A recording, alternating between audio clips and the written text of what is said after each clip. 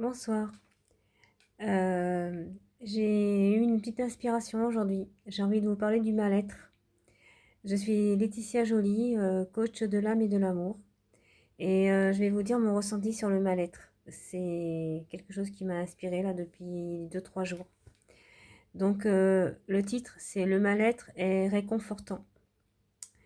Donc je vais peut-être un peu baisser les yeux parce que j'ai écrit un petit texte pour m'aider. Voilà, sur ce que j'ai à dire. Donc voilà. Quand j'étais une enfant, j'étais une fillette hors norme. Je m'explique. À l'âge de 6 ans, j'ai commencé à prendre du poids.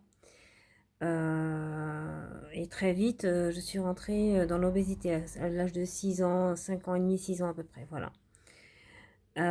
Donc, je me souviens d'un événement, une fête familiale où toute la famille était réunie, il y avait la fête.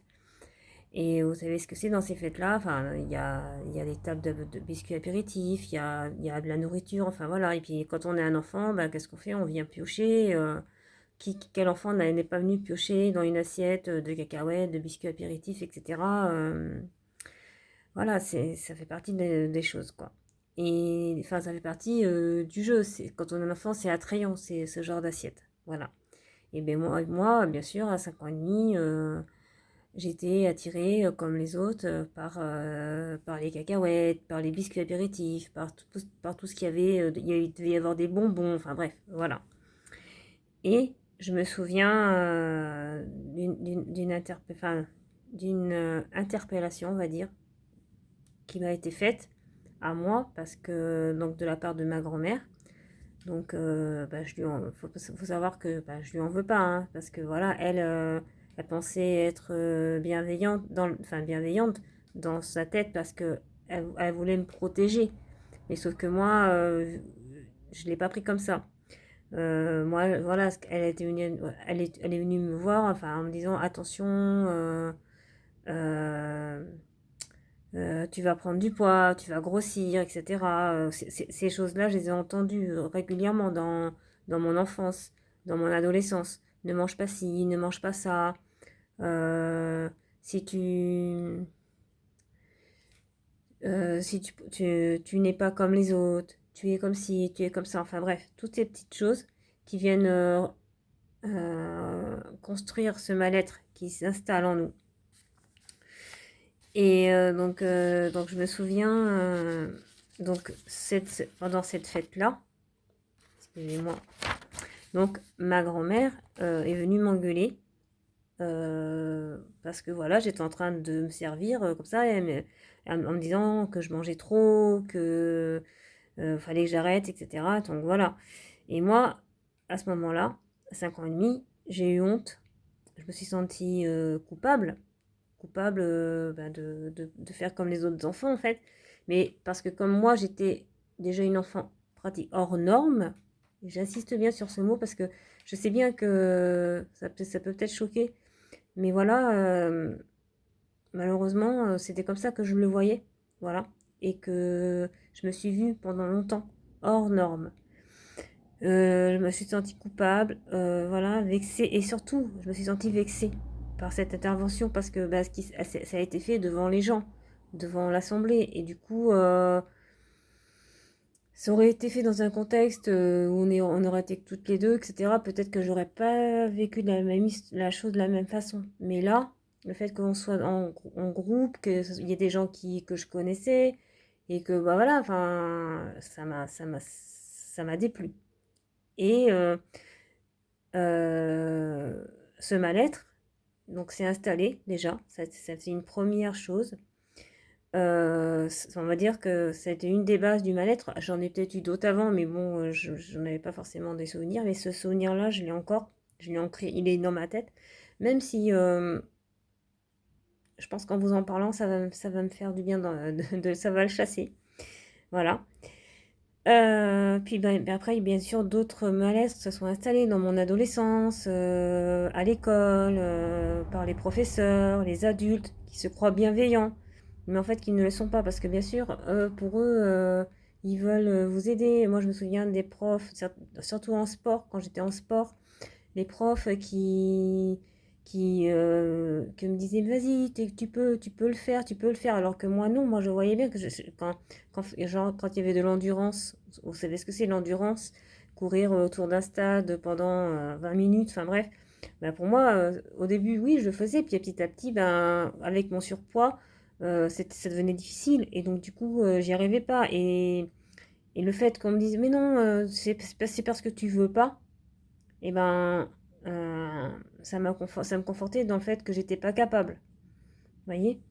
D'autres choses comme, je sais pas moi, les barres asymétriques, enfin, en gymnastique, etc. Il y avait des choses que je pouvais pas faire parce que mon corps ne me permettait pas de le faire, mais c'était perçu comme de la mauvaise volonté de ma part.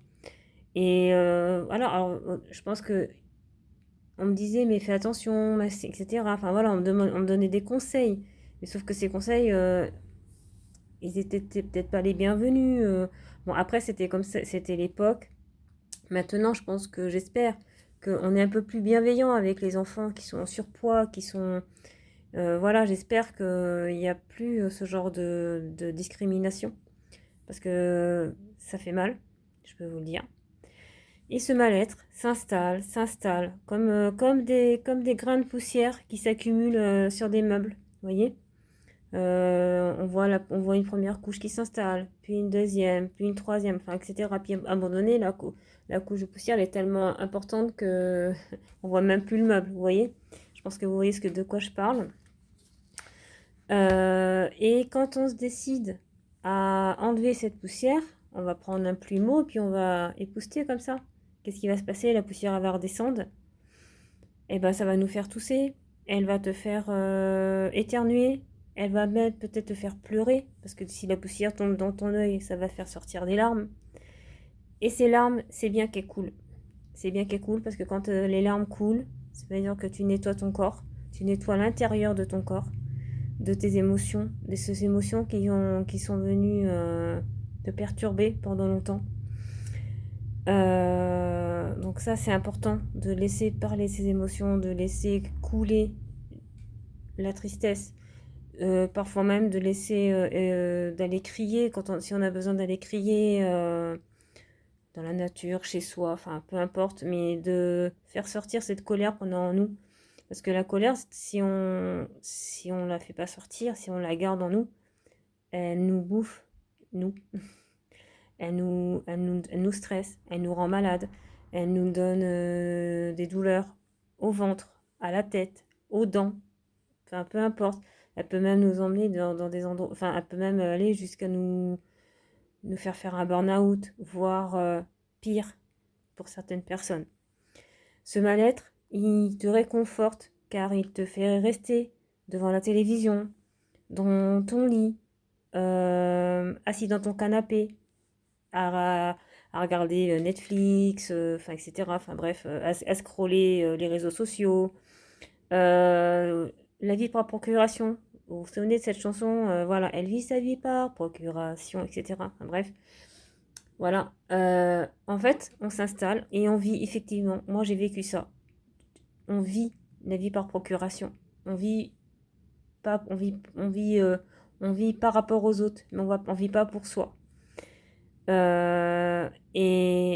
elle te fait veiller toute la nuit aussi. Le mal-être, il peut te faire veiller toute la nuit. Donc tu vas rester éveillé devant ton écran d'ordinateur, devant la télévision. Tu vas tarder à aller te coucher. Pourquoi? Je sais pas, parce que peut-être que la nuit te fait peur. Il y a peut-être quelque chose qui te fait peur la nuit. Quoi? Voilà.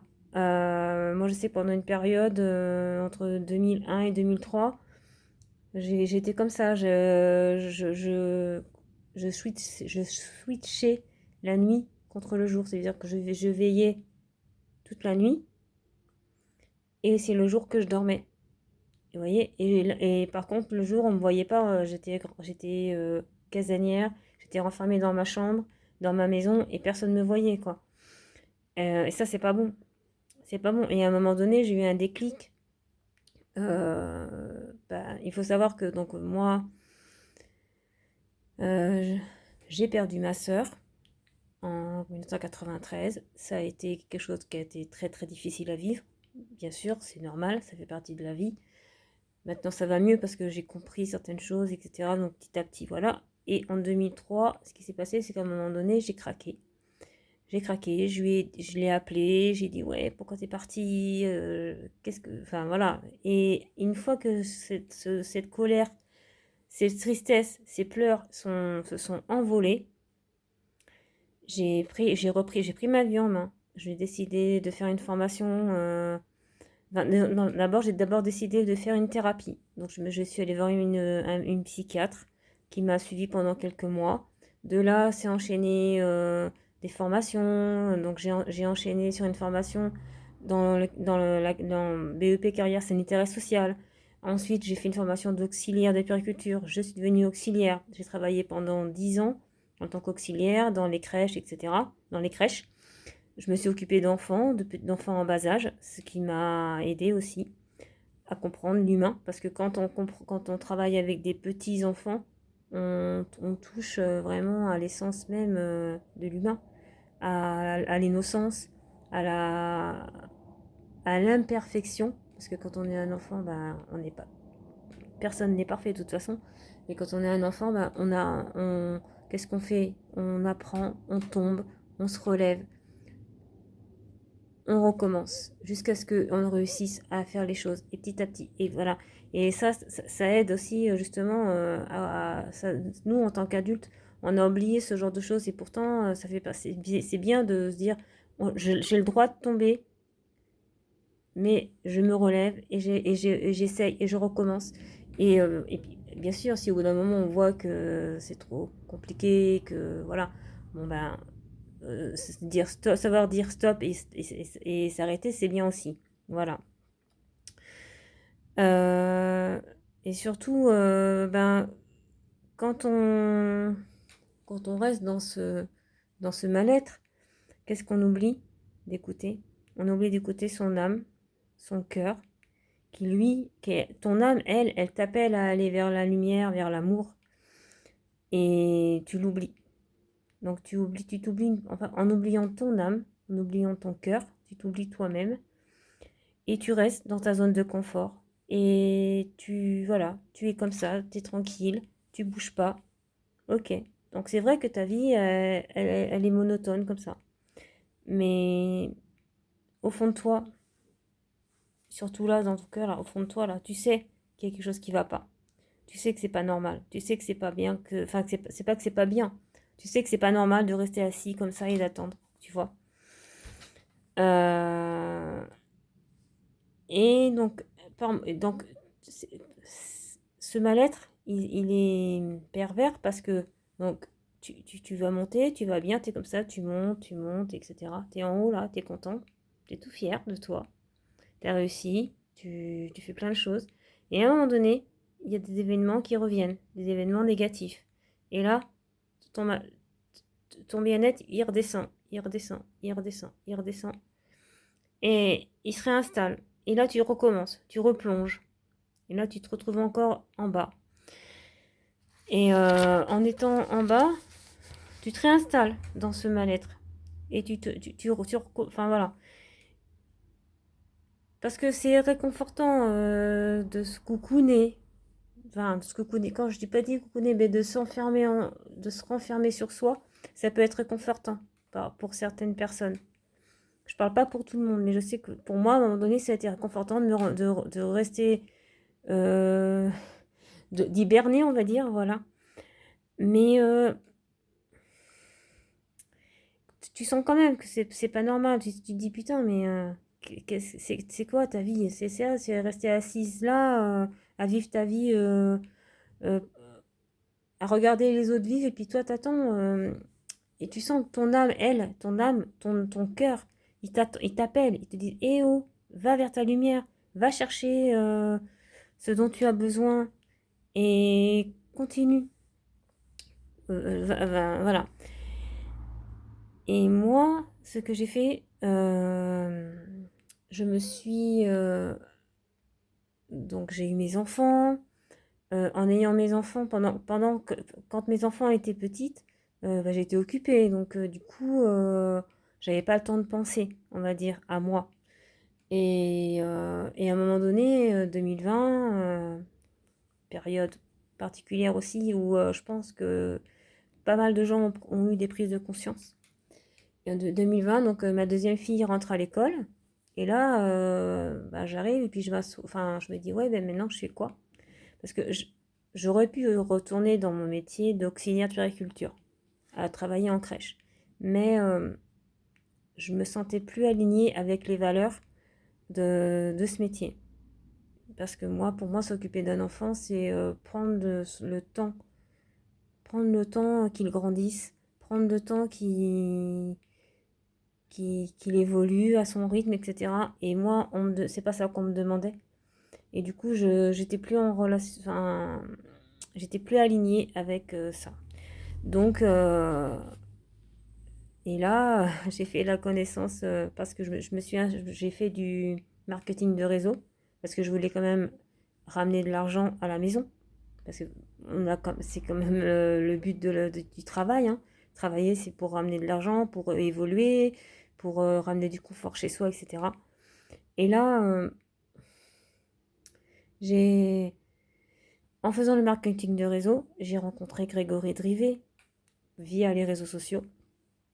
Et la première fois que je l'ai entendu, ça m'a interpellée parce que quand j'ai éteint l'ordinateur, je me suis dit, mais comment il me connaît?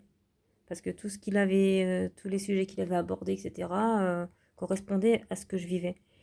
Et donc j'ai écouté une fois, deux fois, etc. Et puis petit à petit, et là je me suis dit, je veux faire son programme. Il faut que je fasse ce programme. C'était vital. Je sentais que c'était vital que je fasse ce programme. Donc je me suis inscrite au programme Chasseur d'élite. Et je me suis fait aider. Je me suis fait coacher. Je me suis fait accompagner. Et qu'est-ce que j'ai gagné en faisant ça? J'ai gagné de l'assurance. J'ai gagné du bien-être. J'ai gagné de la confiance en moi.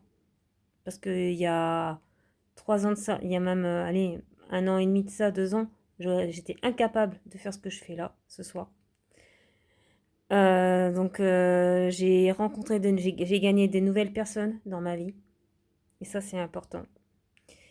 Qui sont inspirantes pour moi. Voilà ce que j'ai gagné. J'ai gagné de la joie. J'ai gagné aussi de nouvelles perspectives de vie. Parce que quand j'ai commencé à faire ce programme de chasseur d'élite, qui m'a fait chasser mes saboteurs. Ces saboteurs, c'est toutes ces petites voix qui sont dans la tête et qui te disent quand tu as un nouveau projet, je sais pas moi, tu as envie d'ouvrir un bar, un super bar à cocktail, etc. Avec des bons produits, un truc sympa, agréable, ouais, tu vois. Et, et là, tu le vois ton projet, tu vois ton truc, mais là, t'as des petites voix qui vont dire non, mais ça va pas, c'est n'importe quoi, qu'est-ce que tu veux faire, comment tu vas faire, faut que où tu vas trouver l'argent, euh, et les clients, est-ce que tu n'auras pas de clients, enfin, tu vois, toutes ces petites voix qui vont dire, et ça, c'est, faut les balayer. C'est important de les balayer, c'est important de les chasser, parce que justement, ces nouvelles perspectives qui viennent à toi, enfin, en chassant tes saboteurs, en chassant donc tes petites voix, etc., en faisant tomber ces barrières qui te maintiennent dans ce mal-être, qui te réconforte, parce que le mal-être te réconforte, en fait. Moi, c'est ce que je ressens. Le mal-être réconforte, en fait. Enfin, on a l'impression qu'il nous réconforte, mais c'est une fausse idée. C'est un faux ami. Voilà, on connaît tous ça, des vrais amis, des faux amis. Ben, le mal-être, c'est un faux ami. C'est un, il te dit, reste là, reste tranquille, ne bouge pas. Non mais tu vas pas aller, va pas là, parce que on sait jamais. Si jamais tu rencontres ta lumière, si tu rencontres, je sais pas moi, ton nouvel amour, ou si tu rencontres ton nouveau job, un job qui va te faire rêver, qui va t'emmener vers quelque chose de magnifique. Et des fois, on a peur d'avoir du magnifique. Des fois, le magnifique nous fait peur. Pourquoi? Parce que on a perdu des choses.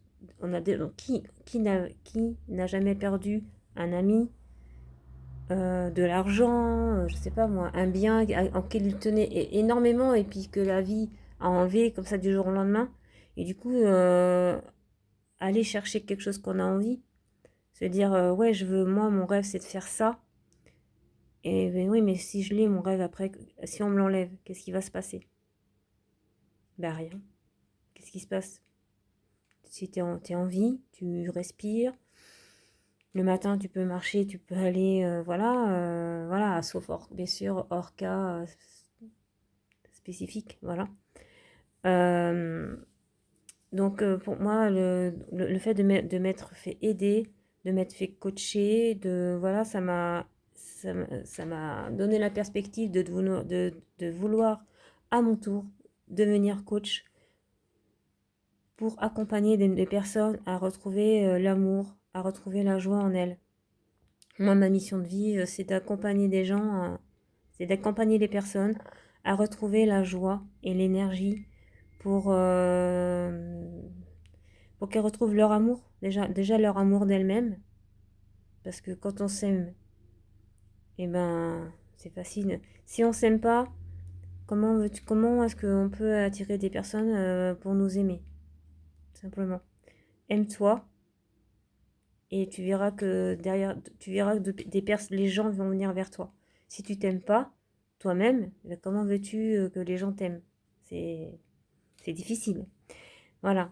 Je sais que ce que je dis là, c'est pareil, il y a quelque temps, j'y croyais même pas. Mais je m'aperçois que moi-même, en, en m'étant ouverte à ces nouvelles perspectives, de vouloir devenir coach, en rencontrant des nouvelles personnes, la vie m'amène des personnes qui m'aident, qui m'accompagnent, qui viennent sur mon chemin parce que voilà, j'ai repris les rênes de ma vie en main et parce que ma vie c'est moi. Ma vie, c'est moi. C'est moi qui gère ma vie. C'est moi qui décide si je veux aller bien ou si je veux pas aller bien. Voilà. Et je pense que j'ai assez souffert. Et je pense que ça suffit le mal-être, d'accord? Moi, ce que je veux maintenant, c'est aller bien. Et j'ai envie de t'accompagner. J'ai envie, si tu as des obstacles, si tu rencontres si tu sais pas comment faire pour sortir de ta zone de confort, si tu as envie de gagner face à tes problèmes, face à toutes ces petites voix que tu as entendues quand tu étais un enfant, quand tu étais même un adulte, au travail, à la maison, parce que même à la maison, on peut entendre ce genre de choses. La maison n'est pas forcément gage de sécurité. Moi, je sais de quoi je parle. Je sors d'une relation toxique. Voilà. Et donc, je sais que des fois, la maison fait peur. Voilà, on n'a pas envie de rentrer chez soi. On n'a pas envie de rentrer parce que d'abord, on se sent plus chez soi. On n'a pas envie de rentrer, tout simplement. Moi, la seule chose les seules personnes qui me faisaient rentrer là où je vivais avant, c'était mes filles. C'est parce que j'avais mes filles. J'aurais pas eu mes filles, je pense que la relation se serait arrêtée plus vite. Mais bon, bah voilà, mes filles sont ma vie, mon oxygène. Elles sont, voilà, c'est mes deux petites âmes sœurs. Vous voyez, c'est de mes, voilà. Et, moi, je suis importante pour moi aussi. Voilà. Et voilà ce que j'avais envie de dire sur ce mal-être qui réconforte et qui nous maintient dans une zone de confort linéaire. Donc si toi, tu as envie de sortir de ta zone de confort, si toi, ce discours résonne en toi, eh ben, je t'invite à rentrer en contact avec moi et peut-être qu'ensemble, nous pourrons trouver des solutions pour que justement sortir de cette zone de confort, faire fleurir la joie, la lumière, l'amour surtout dans ton cœur. Parce que quand tu as l'amour, bah, tu as tout. Voilà. Sur ce, je te souhaite une belle soirée ou une belle journée en fonction de quand tu écoutes cette vidéo. Et je te dis à bientôt. Bisous.